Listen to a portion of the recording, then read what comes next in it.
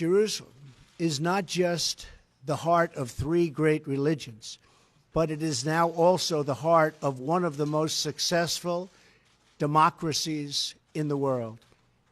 Jerusalem is today, and must remain, a place where Jews pray at the Western Wall, where Christians walk the stations of the cross, and where Muslims worship at Al-Aqsa Mosque.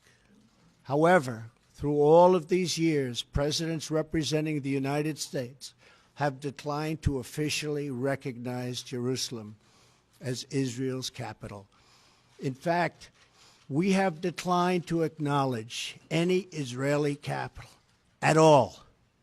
But today we finally acknowledge the obvious, that Jerusalem is Israel's capital. This is nothing more or less than a recognition of reality. It is also the right thing to do.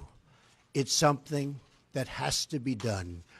That is why, consistent with the Jerusalem Embassy Act, I am also directing the State Department to begin preparation to move the American Embassy from Tel Aviv to Jerusalem. This will immediately begin the process of hiring architects, engineers, and planners so that a new embassy, when completed, will be a magnificent tribute to peace. In making these announcements, I also want to make one point very clear. This decision is not intended in any way to reflect a departure from our strong commitment to facilitate a lasting peace agreement. We want an agreement that is a great deal for the Israelis and a great deal for the Palestinians. We are not taking a position of any final status issues, including the specific boundaries of the Israeli sovereignty in Jerusalem or the resolution of contested borders.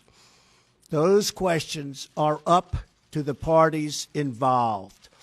The United States remains deeply committed to helping facilitate a peace agreement that is acceptable to both sides. I intend to do everything in my power to help forge such an agreement. Without question, Jerusalem is one of the most sensitive issues in those talks. The United States would support a two-state solution if agreed to by both sides.